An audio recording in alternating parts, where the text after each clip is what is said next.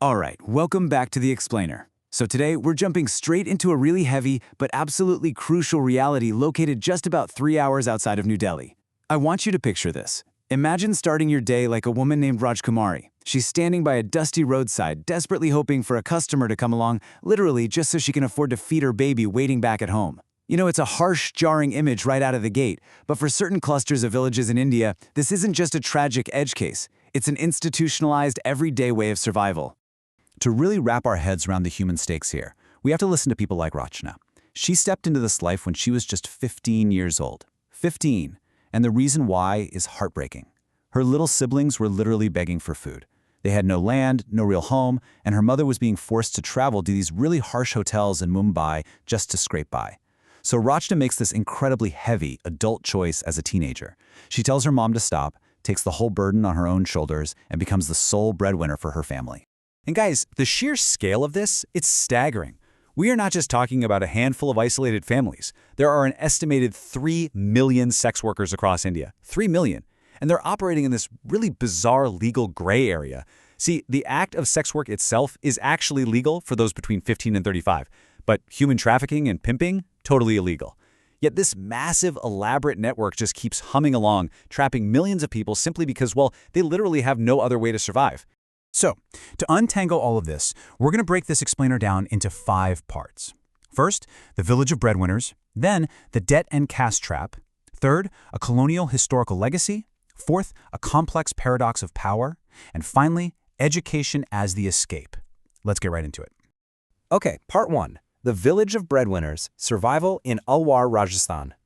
Let's zoom in on a village called Jigoli in the Alwar district. Here, women like Anita are carrying just unimaginable financial weight.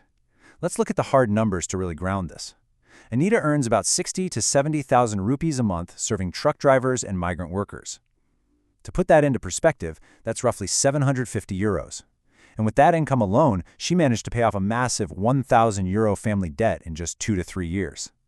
This isn't extra pocket money we're talking about. This is the absolute lifeline that keeps her family fed, keeps a roof over their heads, and even pays for major family events like her sister's wedding. Moving on to part 2, the debt and caste trap, a vicious cycle. So, the big question we have to ask ourselves here is, why? How exactly do families in these specific villages end up drowning in the kind of debt that forces young women to become their financial saviors?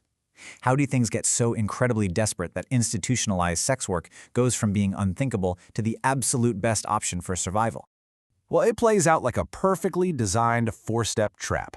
First off, traditional banks flat out refuse to lend to them because sex work isn't recognized as formal labor, so they're completely locked out of the formal economy. Step 2, these desperate families have no choice but to turn to informal local lenders. Step 3, those local lenders slap them with these absolutely exorbitant compounding interest rates. A tiny loan to fix a roof suddenly balloons into a mountain of debt. And that brings us to step 4, young women having to enter the sex trade just to pay off the interest so their families don't starve. It's this vicious, never-ending cycle. Which brings us to part 3, a colonial historical legacy, from nomads to marginalized. Now, to really grasp how deep this economic trap goes, we have to rewind. Because this isn't just about modern-day poverty. It's deeply, deeply rooted in India's caste system and its colonial past. See, before these communities were backed into a corner with sex work, they had this incredibly vibrant culture. We're talking about ethnic groups like the Nath, Bedia, Banchara, and Kanjar. Yes, they were at the bottom of the traditional caste hierarchy, but they were nomads. They traveled all over states like Madhya Pradesh and Rajasthan, making their living as acrobats, jugglers, dancers, and magicians. They literally went from village to village, scattering joy and entertainment. But then, colonialism hit, and the impact was absolutely devastating. Before 1871, they had their nomadic lifestyle, but the British colonial rulers, they looked at that lifestyle and saw a threat. So they enacted the Criminal Tribes Act of 1871. I mean, really think about that for a second. Entire ethnic groups were criminalized literally just for existing. And even though India finally repealed that act upon independence in 1947, the damage was already permanently etched into society. That intense stigma and discrimination, it stuck. And it's exactly what blocks these communities from getting regular mainstream jobs today, locking them into this exact cycle of poverty.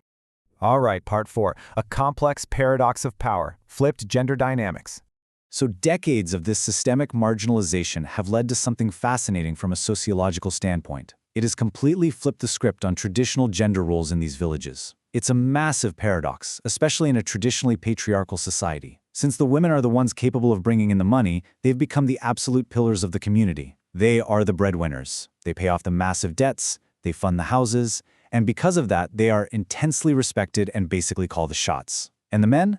Well, their roles are totally inverted. Some enable the trade or act as pimps, but by and large, they're the ones staying home, doing the daily chores, and raising the kids.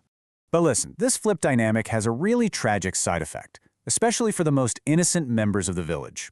Because the mother's clients are anonymous, a lot of these children grow up not knowing who their fathers are.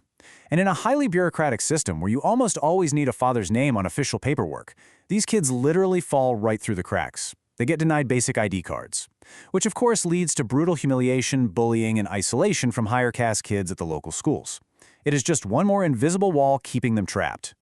Let's look at Part 5, Education as the Escape, Changing the Destiny. Now, I know this has been heavy, but this story isn't just about tragedy. Yes, there are heartbreaking stories, like older women who have lost their daughters to sexually transmitted diseases, but there is also this incredibly powerful, determined movement of hope taking root right now. Take Gudu Nagar, for example. He's a member of these very tribes. He looked around at the illiteracy trapping his family and said, no more. He actually taught himself how to read and write, he got an official degree with the help of a social worker, and today, he's standing in front of classrooms in his own village, working with an NGO to teach grammar and give these families the ultimate exit strategy: education. And guys, it is a total game changer. It is actively working. Through just pure grit and determination, this newest generation is completely shattering the ceiling. Look at these new pathways to freedom.